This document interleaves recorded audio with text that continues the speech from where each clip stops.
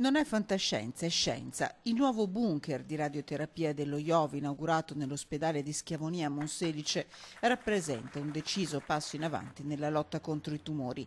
12 milioni e 700 mila euro, quasi totalmente finanziati dalla Regione Veneto.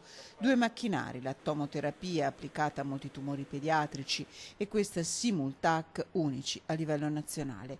Gioielli, non esitano a definirli i medici dello IOV, a cui brillano gli occhi e che emozionati raccontano di avere trovato nuove energie, perché la cura di queste malattie richiede tanta passione.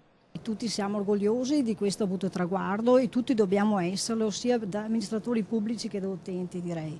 L'orgoglio è quello di garantire sempre più delle prestazioni di qualità. Ed eccoli questi macchinari, un acceleratore lineare, in totale sono 4 allo IOV. Una radioterapia guidata dalle immagini.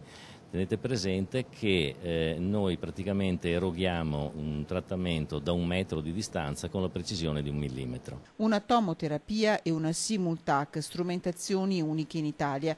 Di tomoterapie ne sono montate solo altre 3 in tutta Europa e tra gli impieghi maggiori ci saranno quelli sui bambini che necessitano di trapianto di midollo. Attualmente si fa una total body irradiation, questo farebbe una total marrow irradiation, cioè un'irradiazione del solo midollo osseo, e questo qui consente il risparmio nettamente di organi sani come i polmoni, i reni, le stesse ghiandole salivari che possono dare problemi di bocca secca, per esempio. Un altro deciso passo in avanti per la sanità veneta.